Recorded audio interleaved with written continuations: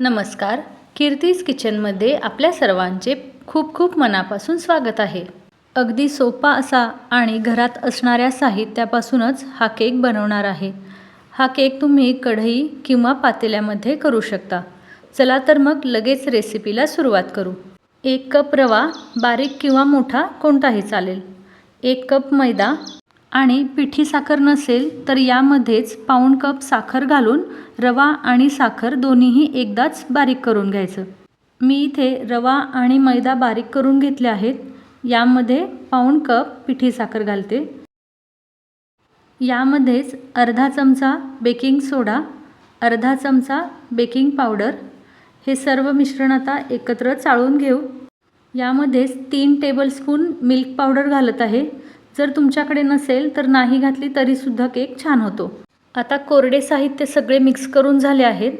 त्यानंतर ज्या भांड्यामध्ये केक करणार आहे त्याला तेल लावून थोडासा मैदा घालून सगळ्या बाजूंनी लावून घ्यायचा.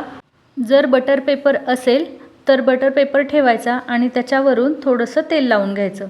अशा प्रकारे सगळ्या बाजूंनी व्यवस्थित लावून घ्यायचं म्हणजे केक खाली चिटकून राहणार नाही. केकसाठीचं मिश्रण तयार करण्याआधी कढई किंवा पातेलं अशा प्रकारे 5 ते 7 मिनिट गरम करण्यासाठी ठेवायचं. कढई गरम होत आहे तोपर्यंत यामध्ये बाकी साहित्य घालून मिश्रण तयार करून घेऊ. अर्धा कप तेल, 7 ते 8 थेंब व्हॅनिला इसेन्स, 1.5 कप कोमट दूध. यानंतर हे सर्व मिश्रण हलक्या हाताने व्यवस्थित मिक्स करून घेऊ. खूप जास्त वेळ हलवत न राहता पटकन हा केक बेक करायला ठेवायचा म्हणजे केक व्यवस्थित तयार होतो. तर तुम्ही इथे पाहू शकता केकचं मिश्रण खूप जास्त घट्ट किंवा खूप पातळ नाही. अशा पद्धतीने 2-3 वेळेस टॅप करून लगेच बेक करण्यासाठी ठेवू. सुरुवातीचे बरोबर 5 मिनिट गॅस मोठा ठेवायचा. त्यानंतरचे 40 ते 45 मिनिट गॅस बारीकच ठेवायचा. मध्येच अजिबात झाकण उघडायचं नाही. हा केक तयार करण्यासाठी मला एकूण 45 मिनिट लागले आहेत. केक आता तयार झाला आहे. अशा प्रकारे टूथपिक किंवा चाकूने बरोबर मध्येच चेक करून बघू. तर तुम्ही इथे पाहू शकता टूथपिकला अजिबात चिकटला नाही म्हणजे आपला केक आता छान तयार झाला आहे.